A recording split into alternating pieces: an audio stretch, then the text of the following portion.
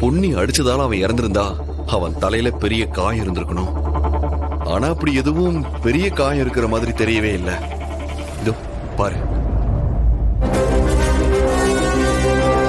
அப்படின்னா பொன்னி அடிச்சதுக்கு அப்புறம் வேற யாரோ ஒருத்தர் வந்து ரோஹித்த கொலை பண்ணிருக்காங்க.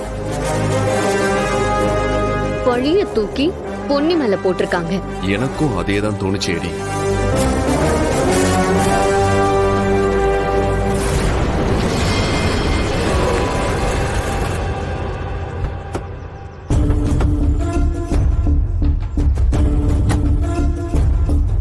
பொன்னியோட ஃப்ரெண்ட்ஸ் மேடம். இவங்க எல்லாரும் நேத்து பார்ட்டியில இருந்திருக்காங்க. வணக்கம் மேடம். சீனியர், நீங்க இவங்க கிட்ட என்கொயரி ஸ்டார்ட் பண்ணுங்க. நான் உள்ள போய் ஏதாவது எவிடன்ஸ் கிடைக்குதான்னு பாக்குறேன்.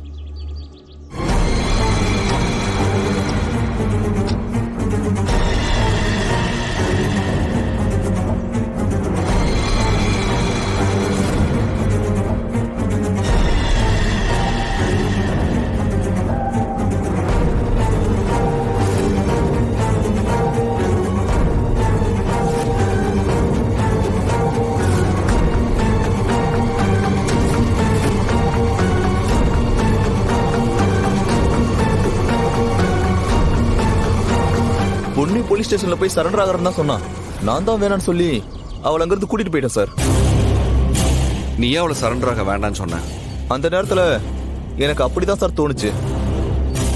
ஏன் பொன்னினா உனக்கு ரொம்ப பிடிக்குமா? ஆமா மேடம், ரொம்ப நல்ல பொண்ணு மேடம். இங்க நடந்தத எங்க வேணாலும் வந்து சொல்லுன்னு சொன்னா சொல்றியா? கண்டிப்பா சொல்றேன் மேடம். நீங்க எப்ப கூப்பிட்டாலும் எங்க கூப்பிட்டாலும் நான் வந்து சொல்றேன் மேடம். சரி, கிளம்புங்க. தேவைப்பட்டா திரும்ப கால் பண்ணுங்க. Okay madam. ஜான், இவங்க டீடைல்ஸ் எல்லாம் வாங்கி வச்சுக்கோ. ஓகே. பொன்னி சொன்னதான் இவங்க எல்லாருமே சொல்றாங்க. சீனியர், திரும்ப நம்ம ஆளுங்க போய் பொன்னிய என்கொயரி பண்ணணும், அரெஸ்ட் பண்ணணும்னு சொன்னா பொன்னி அதை சமாளிக்க மாட்டா. உண்மையான குற்றவாளி யாருன்னு கண்டுபிடிக்கிற வரைக்கும் பொன்னிய கொஞ்சம் பொறுமையா இருக்க சொல்லணும்.